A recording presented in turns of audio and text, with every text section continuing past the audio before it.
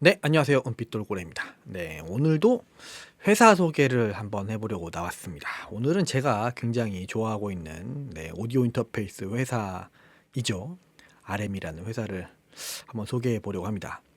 RM이 아시는 분들은 대부분 아실 회사죠. 네, 대부분 이제 오디오 인터페이스 샀을 때 제일 안정성 좋은 거 뭐야? 하면 무조건 RM이를 추천하는 그런 회사이긴 합니다. 그래서 이 회사가 도대체 어떻게 지금까지의 이런 위치에 올라오게 됐는지 그 이야기를 좀 해보려고 합니다. 일단 제가 개인적으로 느끼는 회사는 역시 믿고 쓰는 독일 오디오 인터페이스 회사. 그 다음에 만약에 오디오 인터페이스가 이제 컴퓨터랑 좀 잘 안 붙을 때 얘를 했는데도 안 된다. 그러면은 컴퓨터가 문제인 거. 네. 그런 거. 그리고 소프트웨어. 네. 이 드라이버 소프트웨어로서는 뭐 세계 최고가 아닌가. 네. 그렇게 생각되는 회사입니다. 특히 레이턴시나 안정성 쪽에서는 얘보다 좋은 회사가 없는 것 같아요. 네. 그다음에 또 지원 자체도 엄청 오래 해줍니다. 10년이 넘는 제 오디오 인터페이스를 아직도 지원해주는 몇 안 되는 회사가 아니고 그냥 유일한 회사입니다. 제가 그래서 이 회사가 걱정되긴 해요, 사실.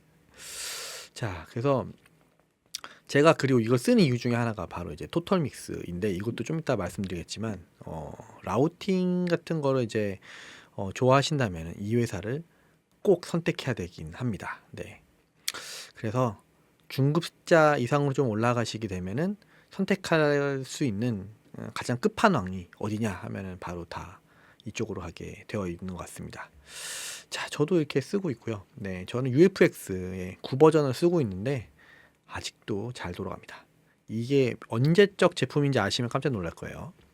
자, 어쨌건 RM이를 설명하기 전에 여러 가지를 이제 설명을 해드려야 되는데 RM이라는 회사가 일단 독일 회사잖아요. 독일 회사다 보니까 독일 하면 우리 딱 떠오르는 게 그거죠. 자동차 강국, 그다음에 엔지니어링 강국 요런 거 생각하게 되는데 역시나 여기도 좀 그런 게 강합니다. 기술 강국이라는 생각이 좀 강하게 드는데 오디오를 바라보는 사람들의 시선이 좀 두 가지가 있습니다. 첫 번째는 약간 요런 오디오는 들어서 좋으면 짱이다. 그래서 빈티지 오디오에 대한 그런 좀 뭐라 그래 장점을 막 생각하시는 분들, 그다음 하이파이 쪽 요런 분들의 심취해 계신 분들이 요런 거 좀 많고요. 그래서 뭐 액세서리 같은 게 굉장히 많아요. 그쪽으로 진화하기 시작하면은 이제 끝도 없는데 예를 들면은 케이블이 미터당 100m짜리가 넘는 게 있고요. 그냥 붙이면 좋아진다는 그런 액세서리도 되게 많고요. 뭐 효과가 있는지는 사실 잘 모르겠는데 그 붙여서 해봤더니 소리가 좋아졌어. 그러니까 나는 믿을 거야. 이게 짱이야. 이렇게 말씀하시는 그런 일단 첫 번째 부류가 있고요. 이게 맞다 틀리다라고 제가 말씀드릴 수는 없습니다, 사실. 그런 거에 비해서 뭐 기술로 설명 안 되는 게 어딨어. 그딴 거 다 아닌 것 같아. 기술로 다 데이터가 나와야 되고 그게 짱이지 하는 그런 좀 시각도 있는 것 같습니다. 저는 사실 후자인데 RM이도 약간 그 후자에 속하는 그런 주의를 가지고 있는 회사라고 보시면 될 것 같아요. 만든 사람, 네, 만든 사람은 이 사람이다. 마티아스 커스텐스라는 아저씨인데 누가 봐도 그냥 되게 독일 공돌이 아저씨처럼 생겼어요. 아니 누가 공돌이 아니랄까 또 체크무늬 난방을 또 이렇게 옛날에 하여튼 이러셨던 분인데 이분의 이제 이 이야기를 좀 해보기 시작할게요. 이분부터 풀어 나가야 될 것 같아요. 자, 이분은 베링거에서 우리가 알고 있는 그 베링거 맞습니다. 그 베링거에서 수석 제품 디자인을 하셨대요. 그래서 만든 제품이 이런 거 이런 거 만드셨다는데 사실 다 아웃보드입니다. 아웃보드고 약간 이펙터 같은 것들 위주라고 생각하시면 돼요. 이런 걸 하시다가 이제 이직을 하셨어요. 이직을 어디로 하셨냐? 이쪽으로 하셨는데 엘라드라는 잡지 회사입니다. 유명 컴퓨터 전자기술 잡지 회사인데 독일 건데 여기 이제 저널리스트이자 편집자로 이제 근무를 하시게 된 거예요. 여기서부터 일이 시작됩니다. 이 사람은 일단 간단하게 말하면은 그치 하드웨어 개발을 할 줄 아는 글쟁이인 거죠. 대단한 것 같아요. 네, 글을 잘 쓰는데 하드웨어 개발까지 할 수 있다? 한마디로 문과 이과 다 한다는 거 아니에요. 아이 참. 하여튼 대단하신 분인데 이 사람이 이제 여기에다 계속 이제 기고를 하고 있었던 찰나에 이 회사에서 이제 프로젝트가 하나가 시작되었대요. 사실 이런 게 우리나라에는 별로 없는데 해외에는 꽤 많더라고요. 그러니까 부록 같은 걸로 뭘 이제 주긴 주는데 그 주는 거를 이제 프로젝트로 시작을 해가지고 참여해가지고 이거를 하면은 이제 뭘 하나 만들어내서 이제 하나 가질 수 있는 이런 게 있거든요. 예를 들면은 일본에서 있었던 것들은 이제 제가 하나 예를 알고 있는 거는 잡지 중에 하나인데 뭐 이제 전자 제품에 대해서 뭘 하나씩 만드는 그런 키트를 줘요.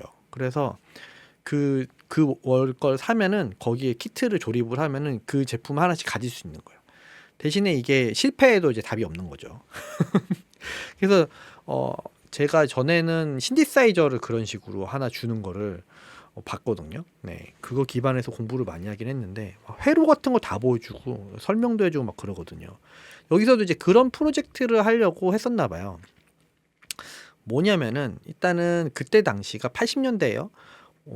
그냥 일반적인 오디오에는 이제 아날로그 그런 거 이제 VU 미터가 있습니다. 레벨을 체크할 수 있는 요런 거죠.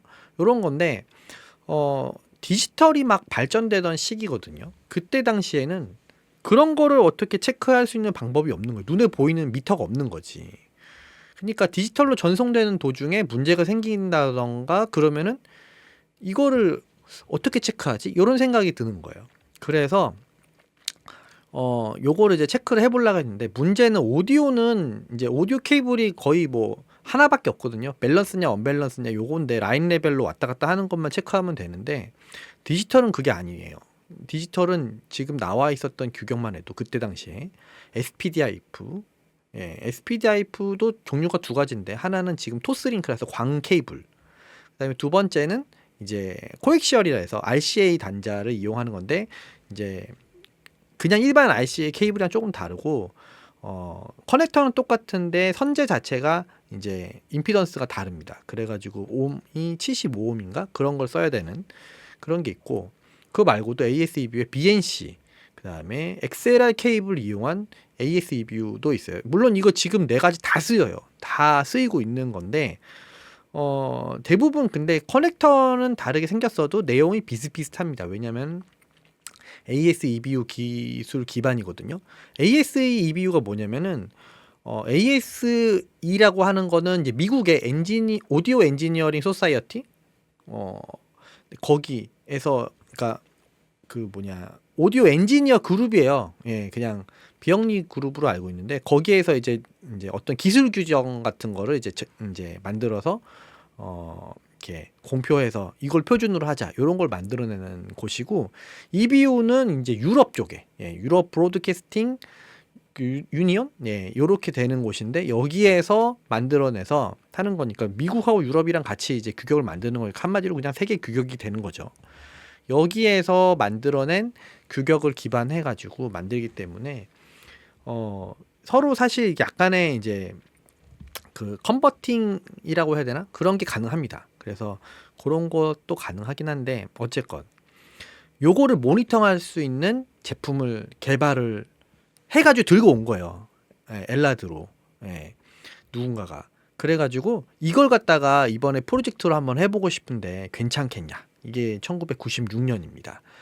이게 근데 이제 커스턴스 아저씨가 이제 보니까 야 이거 공짜로 그냥 프로젝트 이게 공개하기엔 너무 좋은데? 그래가지고 이 사람을 설득을 합니다. 이게 왜 그러냐면은 단순히 보면 사실 이거 보면은 그냥 앞뒤에 코엑시얼이나 옵티컬 그 다음에 XLR로 들어가는 거를 이제 받아가지고 그대로 다시 내보내는 건데 그러니까 중간에 끼는 거예요. 중간에 껴서 이 데이터가 무엇인지 요거를 여기 RS232라고 해서 그때 당시에는 USB가 없었어요. 그걸로 컴퓨터랑 연결해가지고 요런 식의 데이터를 체크해 볼 수 있는 실시간으로 그런 제품이었습니다. 그러니까 이게 그 공개하기에는 너무 아까운데 싶어가지고 꼬셔요. 요걸 만든 사람이 누구냐면은 랄프 맨델이라는 친구인데 이 친구가 저걸 다 만들어 가지고 왔어요 처음에. 그러니까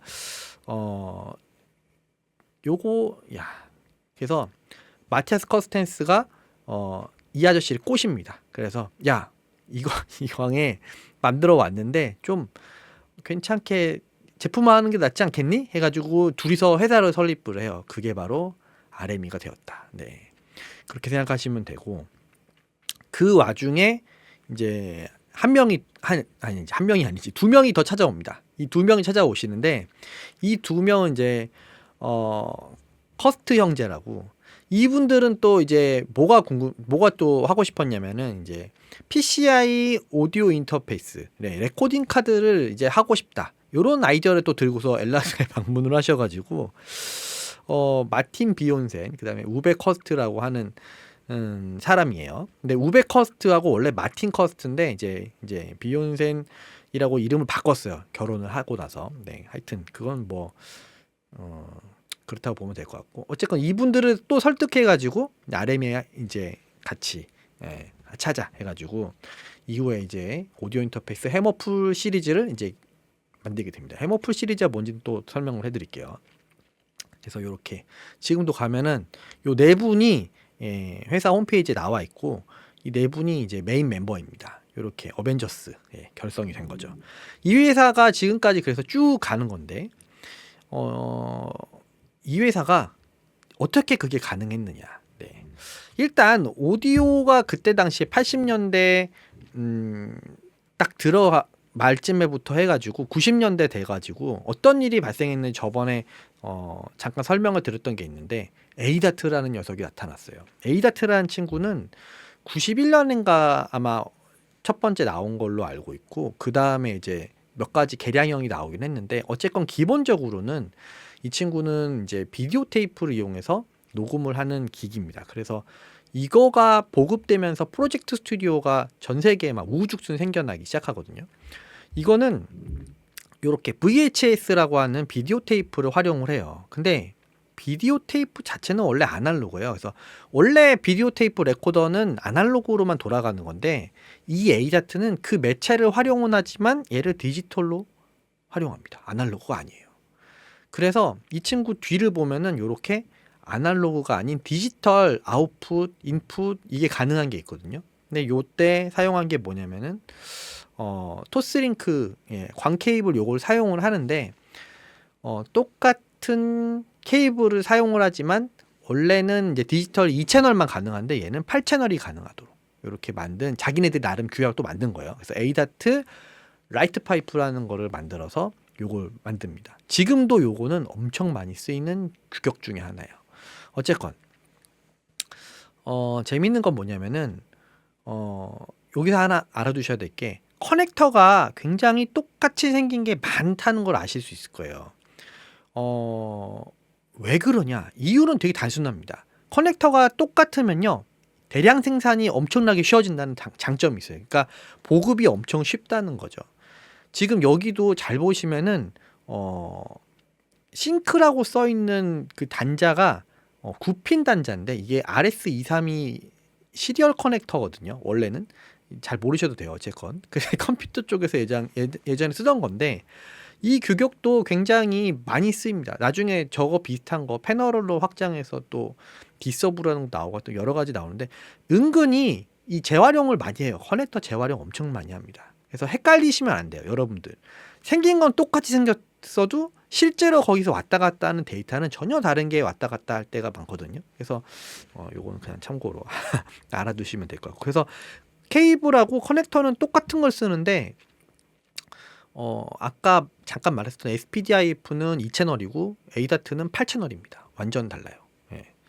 어쨌건 이때 당시 오디오가 대중적으로는 이제 에이다트를 통해서 레코딩하는 게 이제 퍼지기 시작한 거는 이제 90년대 초반부터 해서 쭉 퍼져나긴 했지만 기술 자체는 발전해서 먼저 나올 수 있잖아요. 그래서 컴퓨터로 편집할 수 있는 시스템 자체는요 89년에 디지디자인에서 사운드 툴즈라는 걸로 나옵니다. 그래서 컴퓨터 내에서 화면을 보고서 파형의 그림을 보고 비선형 편집을 할 수 있는 게 나와요. 문제는 가격이 미친 듯 비싸다는 거죠. 이 회사가 바로 지금의 프로툴스 만드는 그 디지 디자인 회사고, 저 사운드툴스가 나중에 채널이 늘어나고 트랙이 늘어나고 하면서 프로툴스로 바로 바뀌게 됩니다. 자, 이런 시대였는데 이 시대에 또 우리가 알아둬야 될 게 이건 그러니까 일반인들은 살 수가 없는 거잖아요. 진짜 이걸로 밥벌이 하는 전문가들이나 이거를 살 수 있는 상황인 거죠. 게다가 이제 그래픽 유저 인터페이스 GUI, 한마디로 모니터에서 그림으로 뭔가 나와서 마우스로 뭔가 편집을 하고 움직임을 한다? 이런 것들도 맥에서는 좀 괜찮았는데, 컴퓨터가 보급되는 건 개인용 컴퓨터는 사실 PC잖아요. 이제 그쪽에서는 아직까지 좀 쉽지 않았었던 거죠. 일단 98년도까지의 컴퓨터 상황을 좀 봐보겠습니다. 일단 여러분들 이거 아십니까? 이거 아시면 진짜 나이 인증이 되는 건데 저는 이거 써봤거든요, 사실. 네, 저는 도스 세대부터 시작을 했기 때문에 명령어를 쳐서 컴퓨터를 작동시키는 겁니다. 네, 그러니까 당연히 멀티태스킹 뭐 이런 거 안 돼요. 유튜브 보면서 문서 친다 뭐 이런 거 할 수 없습니다. 그냥 하나씩만 일을 할 수 있어요. 이게 이제 원래 컴퓨터라고 하면은 이런 식으로 써야 됐다고 다들 생각했던 시절이 있었어요. 그랬는데 사실 이거를 타파해가지고 처음 나온 게 맥킨토시예요. 맥킨토시가 그래픽 유저 인터페이스라고 그 마우스를 쓰는 걸 처음 만들었을 거예요. 그러니까 그게 이제 가정용 컴퓨터 쪽에서 막 이렇게 엄청 보급이 되기 시작하는 거죠. 문제는 맥킨토시도 엄청 비싸가지고 진짜 웬만한 집에서는 그걸 못 살 정도로 가격이 좀 나갔다는 거예요. 그러니까 그 시장을 이제 어떻게 파고들까 하다가 요게 나온 거죠. 윈도우. 그래서 윈도우라는 게 드디어 나옵니다. 마이크로소프트에. 근데 윈도우가 이때 당시 초창기 윈도우는 윈도우가 OS라고 해서 컴퓨터를 이제 작동시키는 그런 OS라는 개념보다는 유저 인터페이스라는 개념으로 들어와서 도스를 실행한 다음에 윈도우로 들어와서 작동시키는 그런 원리였던 거예요. 그래서 좀 불안했어요. 이게 둘이 합쳐진 게 95년이 처음입니다. 95년에 처음으로 얘네가 합쳐진 게 나오고, 맥킨토시는 한참 전부터 있었어요. 그래서 맨날 이제 윈도우가 맥킨토시 따라했다 뭐 이 얘기 나오는 거예요. 자, 그래서 요런 로고로 시작했었는데 98년에 조금 더 업그레이드된 윈도우 98이 나온 거다. 여기까지가 현재 그때 당시 98년도 당시의 컴퓨터 상황이었어요. 근데 문제는 이때도 컴퓨터가 그런 보급이 잘 되었냐? 보급이 되긴 했는데, 그래서 웬만큼 이제 중산층이면 살 수 있는 정도가 되긴 했지만, 문제는 자 보세요. 96년도에 컴퓨터 제가 사양을 하나 가져와 봤는데, 그 유명한 삼성 이제 매직 스테이션입니다. 지금은 이름도 없지만, 자 여기 보시면은 펜티엄 칩의 32메가바이트, 최고 메모리가 32메가바이트예요. 근데 제가 지금 쓰고 있는 컴퓨터 128기가바이트입니다. 네. 메가랑 기가랑 1000배 차이 나요. 근데 그 32하고 128하고도 4배 차이 나니까 얼마야? 4000배가 지금 차이 나는 건가? 야, 미쳤네요. 그리고 여기 지금 보시면은 자, 2.1기가바이트. 이게 뭐냐면은 하드디스크 용량입니다. 하드디스크 용량이 2.1기가바이트. 이게 최고급 사양입니다. 최고급 사양이. 네. 그 밑에는요. 여기 보이시겠지만 1.27기가바이트예요. 어마어마하게 작은 용량이죠. 지금 2.1기가바이트짜리 USB 메모리도 없습니다. USB 메모리 지금 최고 싼 걸 사도 아마 8기가는 할 거예요. 네. 그러니까 어마어마하게 이때 당시에는 요게 용량이 작았던 시절이다. 그러다 보니까 사실은 여러분들 아시겠지만 CD 한 장에 이제 들어가는 게 650메가인데 그게 거의 1시간 정도 CD 음질로 플레이를 할 수 있는 용량인 거잖아요. 그러면은 컴퓨터 안에 적어도 650메가 정도의 용량이 있어야지만 CD 하나 정도를 들고 들어와 가지고 뭔가 편집을 한다는 건데, 근데 그게 멀티트랙으로 작업이 되면은 와, 용량이 어마어마해지겠죠. 그래서 저걸로도 택도 없는 상황인 거예요. 그러니까 컴퓨터로서 편집이 그때 당시에는 그렇게 대중화된 상황은 절대 아니다. 그러니까 대부분 레코딩 다 어디서 한다? 에이다트에서 하는 거죠. 그러니까 저게 이제 집에서 간단하게 뭐 뭐 안녕하세요 뭐 이런 거 녹음 한번 해보는 거 그거는 될 수는 있을지언정 제대로 된 편집은 쉽지 않았던. 근데 보급이 되기 시작합니다.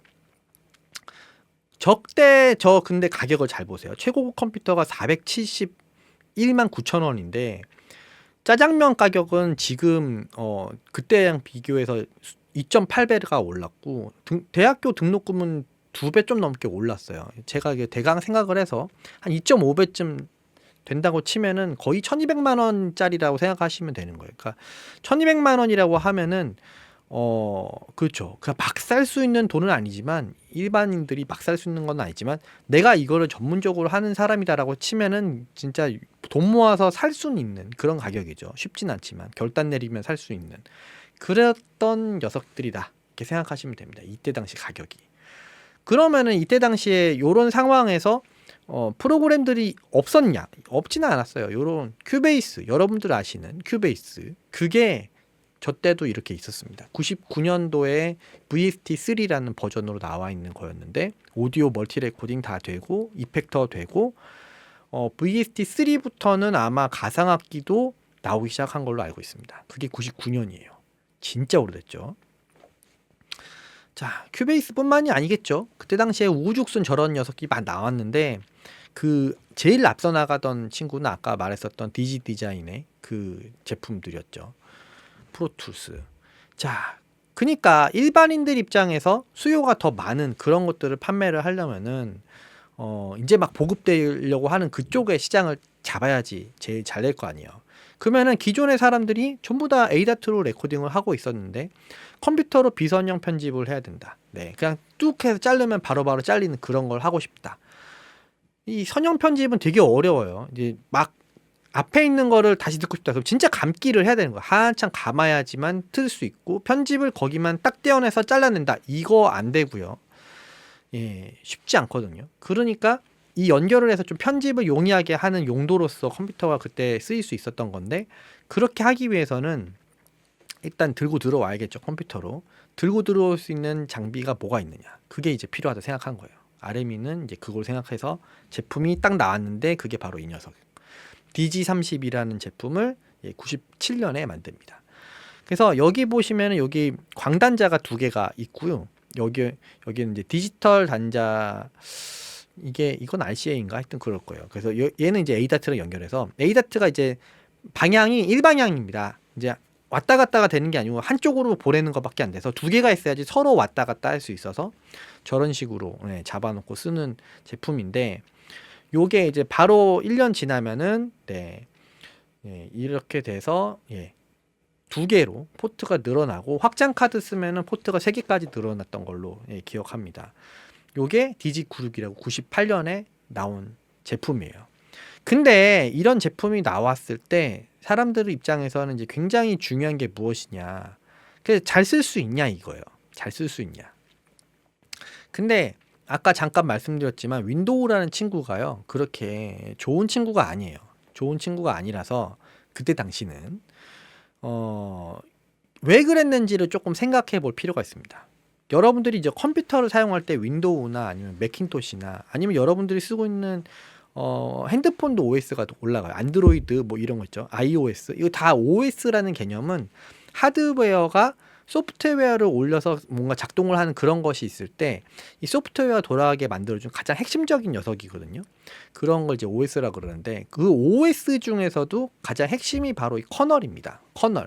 커널이라는 게 이제 어떤 명령을 이렇게 받았을 때 이제 하드웨어의 자원을 이렇게 분배해주고 다시 회수하고 하는 게 커널인데 요런 식으로 좀 복잡하게 생겼어요. 사실 이거 모르셔도 돼요. 근데 여기서 중요한 게 뭐냐면은 드라이버라는 개념이 좀 이해를 하셔야 됩니다. 이거는 알아두시면 굉장히 좋은 상식이라서 그냥 한번 알아두세요. 지금 보시면은 옆에 사용자가 있고 응용 프로그램이 있고 운영체제 있고 하드웨어가 있는 걸로 보입니다. 사용자는 우리고요. 하드웨어는 이제 진짜 기계죠. 응용 프로그램은 이제 우리가 쓰는 이제 포토샵이나 아니면 우리 DAW 프로그램 이런 것들을 말하는 거고 운영체제가 바로 윈도우 같은 걸 말하는 거예요. 그래서 원래는 이렇게 윈도우라는 운영체제가 사용이 되는데 그 운영체제 안에서 어떤 하드웨어가 작동하기 위해서 야, 이 하드웨어는 어떻게 해야지만 작동을 해. 어떤 하드웨어야 하는 거를 알려줘야지만 운영체계에서 얘를 움직여서 쓸 수 있거든요. 그 중간다리 역할을 해주는 게 드라이버입니다. 드라이버는 그래서 운영체계 내부에 있는 일부인데 이거를 운영체제가 직접 만들어주는 건 아니고요. 요거는 개발사에서 만들어가지고 이제 주는 겁니다. 그러면 윈도우에서는 그 개발사를 믿고 그 개발사에서 준 그 드라이버를 가지고 그대로 작동을 시켜주는 거죠. 그래서 굉장히 중요한 부분인데 문제는 뭐냐면은 이 드라이버라는 게 개발사에서 직접 만드는 거라서 마이크로소프트는 완벽하게 했어도 개발사에서 문제를 만들면은 답이 없다는 거예요. 이런 예가 있었어요. 윈도우 98 시연을 하려고 이제 오픈하기 한 2달 전에 맨 왼쪽에 있는 분이 바로 빌 게이츠입니다. 이분이 이제 이걸 실제로 나와서 컨퍼런스에서 시연을 해요. 스캐너를 연결했는데 어우 그렇죠. 다운이 됩니다. 컴퓨터가 뻗어버렸어요. 예. 블루 스크린이라는 게 나타납니다. 이 블루 스크린이라는 게 여러분들 보셨던 분들이면은 아주 PTSD 오는 그런 친구인데 컴퓨터 뻗어버리는 거죠. 한마디로 말하면 공포의 윈도우 블루 스크린. 근데 이것의 상당수의 문제가 이 드라이버 때문에 그렇다는 것을 알게 됩니다. 그래서 빌 게이츠는 이제 결단을 내려요. 그때 당시에 이제 MS 마이크로소프트에서 가정용 컴퓨터용 OS만 만드는 게 아니고 이제 서버를 위한 컴퓨터, 서버 컴퓨터라고 해서 이제 기업에서 돌아가는 이제 서비스용 컴퓨터라고 보시면 돼요. 그런 것들을 돌리는 OS를 따로 만든 게 있어요. 그게 뭐냐면은 윈도우 NT라는 녀석입니다. 윈도우 NT. 얘도 나온 지는 좀 됐어요. 93년부터 시작을 했어.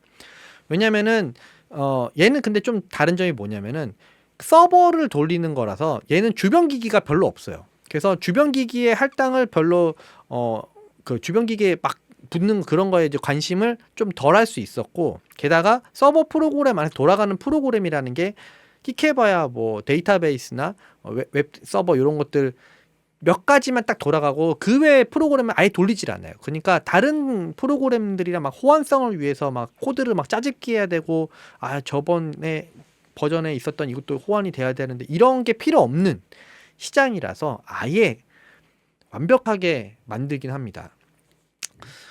그래서 얘는 커널이 좀 완벽하게 만들어져 있는데 문제는 이 친구를 그래서 갖다 쓰기에는 일반적인 가정용 컴퓨터 시장에서는 약간 호환성 문제가 생길 가능성이 매우 큰 거예요. 그래서 어떻게 하지 하고 있었는데 요거를 윈도우 2000이라고 해가지고 요 녀석을 좀 발전시킨 게 2000년에 나와요. 근데 2000년에 나온 게 이 드라이버 관리가 굉장히 좋아집니다. 왜 그러냐면은 자기네들이 인증 체제를 이제 돌리기 시작해요. 그래서 우리가 인증해 주는 거가 아니면 어떤 식이 되냐면 이게 뻑 하고 이게 에러 메시지를 띄우면서 인증을 하도록 이렇게 유도를 합니다. 그래서 문제가 생기지 않도록 애초에 만드는 거예요. 그러면은 점점점 이제 그런 게 나아지겠죠. 그래서 윈도우 2000에서 실험을 했던 게 꽤 괜찮았어요. 그래서 과감하게 둘을 합치기 시작합니다. 그래서 근데 요거 잠깐 알아보시면은 여기서 이제 문제가 생겨요. 서버는 다운이 되면 안 돼요. 아까처럼 이렇게 블루 스크린이 뜨게 되면은 그러면은 이제 접속하던 사람들이 전부 다 이제 데이터가 날아가거나 하면은 개인용 사용자는 뭐 작업하다 날아간다고 해서 마이크로소프트에 소송 걸 일은 없잖아요. 근데 서버가 날아간다? 그러면은 이제 진짜로 서버 회사에서 소송을 걸 수가 있어요. 그러면 배보다 배꼽이 커질 수도 있고 굉장히 골치 아파지는 상황이 되기 때문에 다운이 안 되도록 만들어야 되는 게 굉장히 중요합니다. 근데 드라이버 쪽에서 문제가 많다 그랬잖아요. 그래서 얘네가 뭘 만들었냐면은 이 드라이버를 돌릴 때 하드웨어에 직접적으로 건드리지 못하게 그렇게 만듭니다. 그래서 중간에 요런 친구를 만들어요. 하드웨어 중간에 가상 레이어라고 해가지고 할이라는 시스템을 만드는데 제가 그 대학교 때 논문이 이거였기 때문에 물론 완전 망했지만 드라이버 개발을 저희는 논문 주제로 해가지고 했었기 때문에 이 부분에서 굉장히 나름 공부를 많이 했었는데, 간단하게 말하면 이거예요. 그냥 한 단계 걸러가자. 한 단계 걸러가자. 그래서 가상현실에다가 뭘 만들어 놓고 여기서 너 한번 해봐. 그래서 해봐서 괜찮아? 그럼 괜찮으면 실행시켜주고 안 괜찮아? 그럼 잘라버려요. 그래서 웬만한 친구들은 거기서 이제 잘못 만들면은 중간에 걸려서 자빠지는 거죠. 그래서 얘네가 요구하는 기준을 못 충족시켜주면요, 하드웨어가 작동을 하지 않게 됩니다. 그러니까 하드웨어 드라이버 개발이 엄청 빡세지는 거죠. 빡세지다 보니까 우후죽순 난립해 있었던 회사들 중에서 기술력 떨어지는 회사들은 전부 다 여기서 지지치고 나가는 거예요. 그래서 제가 쓰고 있었던 오디오 인터페이스, 옛날에 그 훈테크라는 회사 있는데, 그 회사도 여기서 지지치고 회사 문 닫았어요. 그래서 제가 그 제품은 윈도우 98까지밖에 못 98이 아니지. 그치, 98까지 썼나? 하여튼 그때까지밖에 못 쓰고 그 후로 XP부터 작동을 아예 안 해가지고 인식을 아예 안 합니다. 그러면 이제 그냥 하드웨어가 멀쩡해도 쓸 수가 없는 거예요. 드라이버가 그렇게 정말 중요한 녀석입니다. 그래서 맥은 사실 왜 안정성이 좋으냐라고 물어보면은 걔네들도 이런 짓을 하거든요. 이렇게 걔네들은 인증을 다 하지 않으면은 안 돼 하던가, 아니면은 아예 드라이버를, 기본 드라이버를 걔네 만들어 놓은 게 있어요. 그래서 기본 드라이버로 돌아가게 만들어 버리든가 하는 건데, 윈도우는 그 기본 드라이버 시스템은 없어요. 그래서 그냥 자체적으로 만들어서 넣는 걸로 하는 건데, 윈도우랑 맥이랑 컴퓨터 자체의 이 폭이 너무 달라요. 윈도우는 진짜 조합을 하면은 말도 안 되는 가짓수의 조합이 나오기 때문에 그걸 다 호환을 시켜줘야 되는 상황인 거고, 맥킨토시는 진짜 자기네들이 만드는 몇 가지 컴퓨터에 대해서만 딱 호환이 되면 되니까 기술 개발이나 이런 것들도 굉장히 쉬운 편이고, 그래서 안정성도 높은 편이죠. 대신 문제가 뭐냐면은 맥 같은 경우는, 한번 맥을 쓰는 분은 다 아실 거예요. OS가 업데이트 되면요, 모든 작업이 멈춥니다. 특히 우리 음악 작업 다 멈춥니다. 다 멈춰. 왜냐면은 해당 제품을 OS 업그레이드된 거 그거를 호환을 해줄 때까지 모든 제품이 제대로 작동을 하지 않을 수가 있어요. 프로그램조차도. 그러면은 그 지원 제대로 해줄 때까지는 멈추는 거예요. 그러니까 나온다고 해가지고 새로운 신형 OS 나왔다, 무료 업그레이드입니다 해도 절대 업그레이드 하시면 안 됩니다. 보통은 적어도 3개월 안정화 3개월까지 기다리고 내가 사용하는 모든 프로그램과 장치들이 드라이버 업데이트 다 돼야지만 이제 오케이 하면서 갈아타는 그런 경우가 매우 많아요. 그러니까 맥이 장점만 있는 건 아닙니다. 윈도우도 장점만 있는 건 아니고 단점도 당연히 지금 단점 위주로 다 설명을 했지만 장점이 훨씬 저는 개인적으로 많다고 봐요. 그래서 윈도우 위주로 사용을 하는 거고, 물론 맥도 쓰긴 하지만 어쨌건 좀 이런 얘기를 해보면서 왜 이런 얘기를 하냐. 블루 스크린을 더 이상 보이지 않겠다는 이제 빌 게이츠의 이제 야심찬 계획에 따라서 윈도우 XP량이 나옵니다. 2001년에 윈도우 아까 2000 서버 계열에 있었던 이제 윈도우하고 윈도우 98까지 나오고 했었던 이 친구들을 합쳐서 윈도우 XP라는 통합본을 내놓습니다. 이 친구부터는 이제 드라이버가 아까 말했었던 새로운 방식으로 작동을 하는 거예요. 그러니까 여기에서부터 지원이 새롭게 시작되는 거죠. 이게 윈도우 7까지 왔을 때 2009년에 거의 완성형으로 와서 윈도우 7부터는 사실 이제 블루 스크린을 본다는 경우가 그렇게 많지 않았어요. 저도 윈도우 7에서 윈도우 XP에서는 진짜 일주일에 한 두세 번 이상 블루 스크린을 봤다면은 윈도우 7에서는 몇 년을 쓰면서도 진짜 양손에 꼽을 만큼밖에 다운이 안 됐었던 그런 경험이 있었고, 지금 제가 쓰고 있는 거는 이제 윈도우 11이죠. 여러분들 대부분 윈도우 10 아니면 윈도우 11 쓰실 텐데 블루 스크린을 보는 일이 거의 없을 거예요. 그만큼 마이크로소프트의 이제 그런 개발의 안정성이 엄청 높아졌다, 이렇게 보시면 됩니다. 문제는 이 과도기 과정에 있었던 이 시기에 그 드라이버 개발을 제대로 해준 회사가 생각보다 많지 않다는 거예요. 그래서 제품이 아무리 하드웨어가 괜찮아서도 나가자빠진 회사가 한둘이 아니다. 근데 거기 살아남은 회사가 바로 어떤 회사냐? 바로 RME. RME는 요게 최고의 자기네들 이제 자산이라고 생각을 합니다. 제 개인적으로는. 네. 왜 그게 가능하냐면은 드라이버를 전부 자체 개발한다는 거예요. 자체 개발. 자체 개발 안 하는 회사도 있냐? 있습니다. 엄청 있어요, 생각보다. 요즘에는 웬만하면 다 자체 개발을 하려고 할 거예요. 근데 여러분들 생각하시는 것보다 훨씬 많은 비율로 드라이버를 개발하는 개발자가 없습니다. 예, 없어요. 그래서 드라이버 개발할 줄 아는 정도의 개발자면은 부르는 게 값입니다. 몸값이 그냥. 그 정도로 지금도 아마 그럴 거예요. 네. 그래서 그분을 잘 대우해주지 않으면은 잘못하면 회사가 휘청일 수 있습니다. 네. 그 정도로 어마어마한 건데 가능한 게 이제 얘네들도 다 자체 개발하는 거죠. 거기다 하나 더 더하면은 바로 FPGA라는 칩이 아주 큰 몫을 했어요. 이 FPGA라는 칩이 뭔 칩이냐면은 간단하게 말하면은 프로그래밍이 가능한 반도체입니다.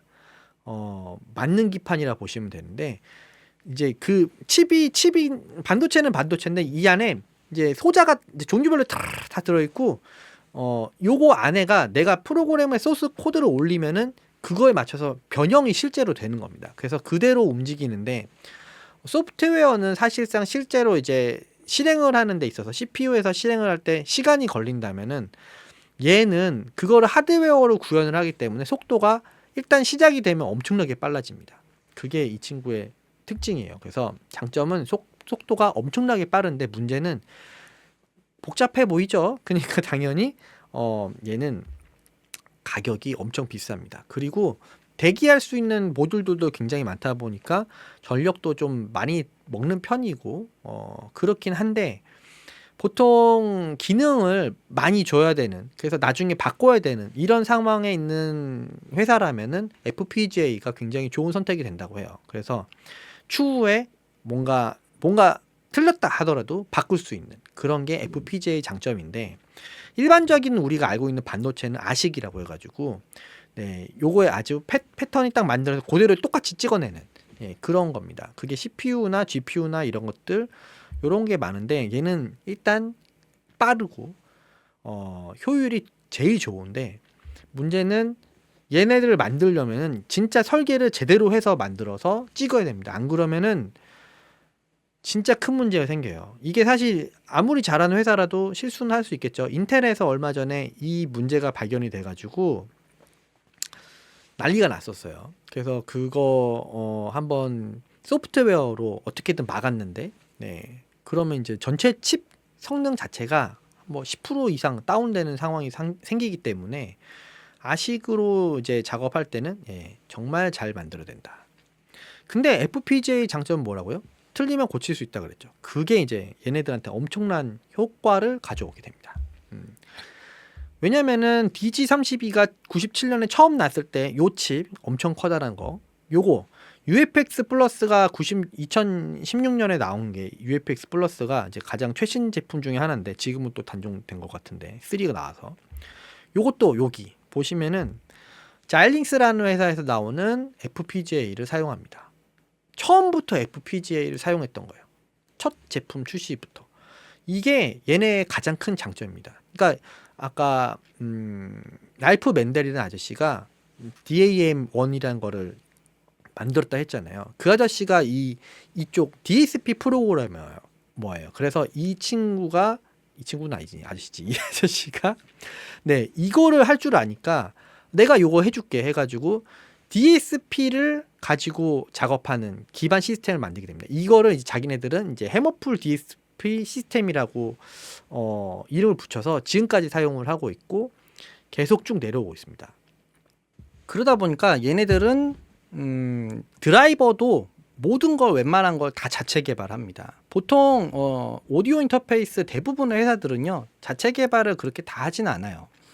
예를 들면은 우리가 사용하고 있는 대부분의 오디오 인터페이스 USB 연결이잖아요. 근데 USB 연결을 하는 부분만 따로 이제 패키징해서 칩으로 만들어서 그 부분을 도와주는 그런 회사가 있습니다. 그래서 그런 회사를 활용을 하면은 USB 파트를 내가 굳이 설계 안 하고 그냥 그거 갖다가 써도 되는 거죠. 그러면은 좀 개발이 쉬워질 거 아니에요. 자기네들은 또 오디오 쪽 파트만 더 막 하면 되니까.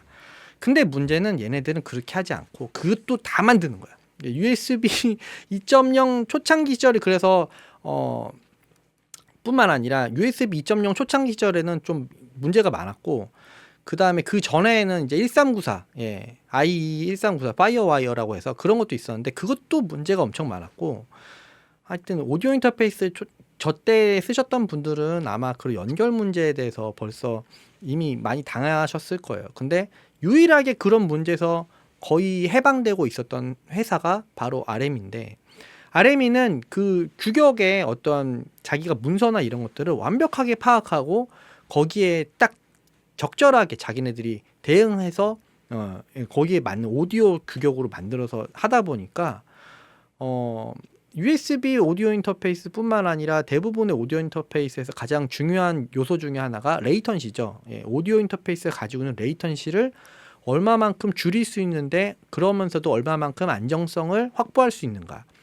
사실 이 부분은 레이턴시에 줄어드는 건 다 할 수 있어요. 할 수 있는데 그 줄어든 레이턴시에서도 안정성을 확보할 수 있는가는 또 다른 얘기예요. 그거는 좀 수치화하기가 쉽지 않거든요. 근데 얘네들은 그것도 다 자기네가 개발을 해가지고 올리다 보니까 그 부분에서 가장 막강한 성능을 가지게 되는 것 같아요. 이것조차도 다 FPGA에다가 다 때려 넣은 거예요. 이게 얘네들의 가장 강점이죠. 그래서 사실 얘는 USB 3 인터페이스가 나온 지 얼마 안 됐어요. 왜냐면은 처음부터 자기네들 계속 말하기를 USB 2.0 가지고도 대역폭이 충분하고 우리 오디오 인터페이스 돌리는데 아무 문제 없다. 근데 왜 굳이 USB 3.0을 써야 되나? 그거 쓴다고 뭐 레이턴시 빨라지나? 아닌 것 같은데. 그러면서 이제 하다가 얘네들이 만든 제품 중에서 이제 마디 쪽으로 가다 보니까 채널이 너무 커지고 이게 대역폭이 이제 드디어 넘어가기 시작하니까 그제서야 이제 USB 3.0 제품을 내놓은 요런 상황이 됐거든요. 썬더볼트도 그때 그래서 나왔던. 그러다 보니까 제품의 안정성만큼은 진짜 최고입니다. 최고. 그리고 제가 쓰는 또 엄청나게 중요한 이유. 이거 없으면 제가 이 스튜디오를 운영을 못하는 그런 상황인 건데, 토탈 믹스 FX. 이거 정말 중요합니다.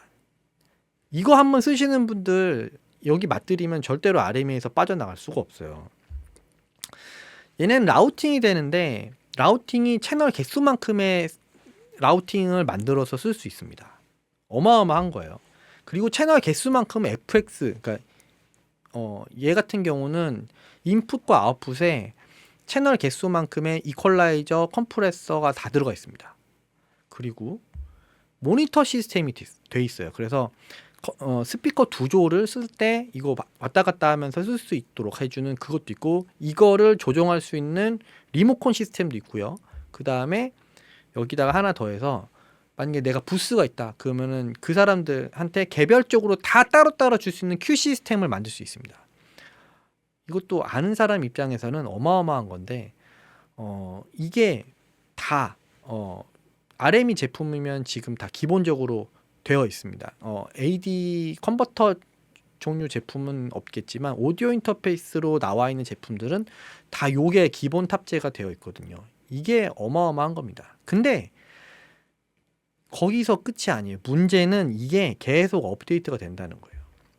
원래 토탈믹스라는 게 2001년에 처음에 기술 공개가 되고 나서 2년 있다가 신기능이 들어갑니다. 매트릭스 보기, 멀티 윈도우 뭐 이런 게 추가되고, 그 다음에 모니터 섹션 이런 게 추가가 되는데 문제는 이게 다 무료예요. 그냥 FPGA니까 업데이트를 하면은 작동이 또 되는 거야. 그러니까 FPGA의 성능이 닿을 때까지 계속 업데이트를 해주는 거죠. 그래서 UFX가 공개되면서 반으로 갈립니다. 그 이전 제품들은 DSP 시스템, 이제 DSP가 좀 딸려서 FPGA가 딸려서 여기까지는 라우팅만 가능하고, UFX 이후로는 이펙터도 이제 다 들어가는 방식으로 바뀌게 되면서 바뀌어요. 그 다음에 베이비 페이스가 우리가 알고 있는 그 나오고, 그 다음에 아시오 멀티 클라이언트라는 게 또 생깁니다. 아시오 멀티 클라이언트는 한마디로 말하면은 DAW를 아시오를 지원하는 걸 원래 쓰면은, 아시오는 오디오 인터페이스 독점이라서 오디오 인터페이스를 다 잡아먹어요. 그래서 DAW가 딱 켜지면은 오디오 인터페이스 다른 소리들은 다 멈춰버리는 게 원래는 기본적인 건데, 이게 가능하게 해주는 게 원래 멀티 클라이언트라는 게 있습니다. 근데 아시오 멀티 클라이언트는 뭐냐면은 그 아시오조차도 멀티 클라이언트를 돌려서 아시오가 돌아가는 DAW를 2개, 3개를 돌려도 다 돌아가게 만들어주는 그런 말도 안 되는 기능을 탑재하고 있습니다. 문제는 이게 아마 거의 얘밖에 안 되는 것 같은데 다른 애들은 된다고 해도 잘 되는지는 모르겠어요. 저는 나머지는 신뢰가 잘 안 되거든요.